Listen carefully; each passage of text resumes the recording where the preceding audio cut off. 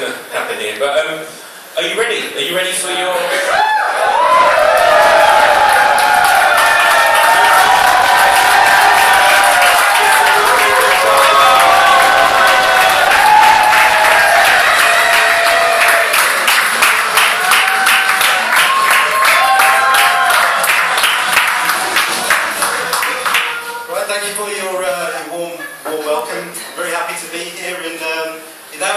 Capital. It's, you know, I took a trip down to Canary Wharf and came to the conclusion that it's actually surrounded by a moat. I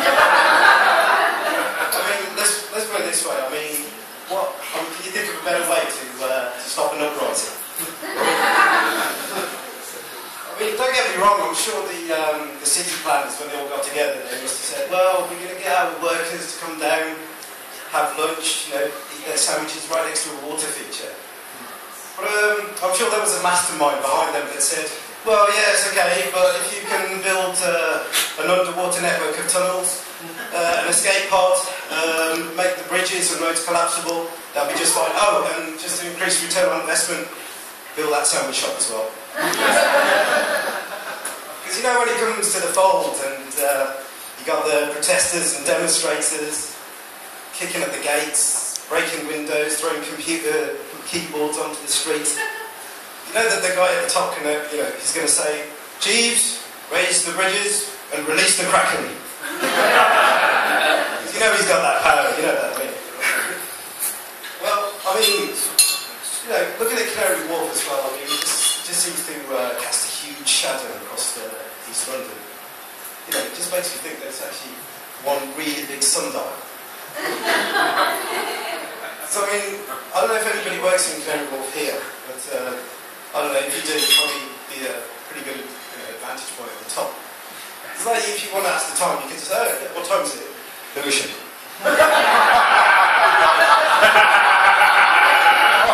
"Well, release the Kraken." You can imagine that content in Lewisham Argos.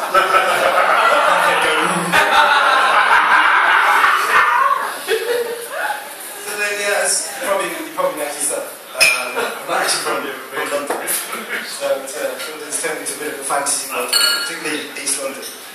And so now, I mean, when I'm in and around London, I try to find something about London which identifies Birmingham. I mean,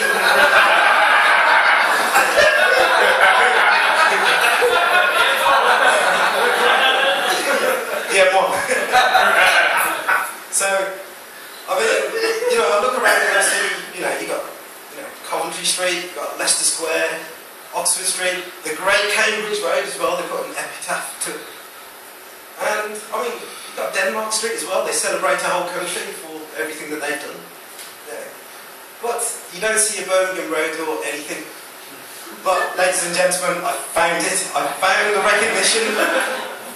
God, I'm a happy man. Well, I was walking down the street and I looked down, and on this manhole cover it had the words "Dudley." I'm a late man.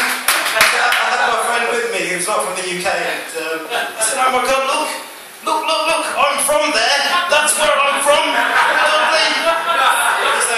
He's just looking at me, pointing at a sewer, saying, "I understand you're from Dudley, fine." Yeah. No, you don't understand. Go a bit further down, round the corner, that's where I live. They call it the Black Country. Yeah, I'm pretty sure it's dark down there. Yeah.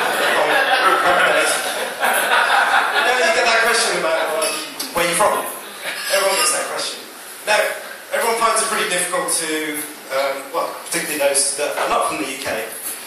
Well, they don't actually see me as being actually British. I often say, yes, I'm from Birmingham, because it's a big enough city, you know, I'm not actually from there. And I'm English. And they say, "No, where are you actually from?" And I understand their question, because they don't see me as a typical British person. So I say, "Well, actually, my parents are from India." "Ah, India! Oh, right, yes, that explains everything, okay."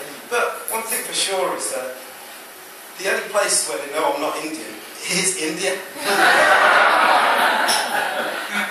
Because I went to India with my dad, and my dad wanted to buy some fruit and veg, so we went to the market, and I saw the store owner. He was kind of charging us maybe 4 times the rate as normal. So I said to my dad, come on, let's move on to the next place, because this guy's ripping us off. The store owner said, 50 years from British rule! And I turned around and said, well, we get you Gandhi, motherfucker.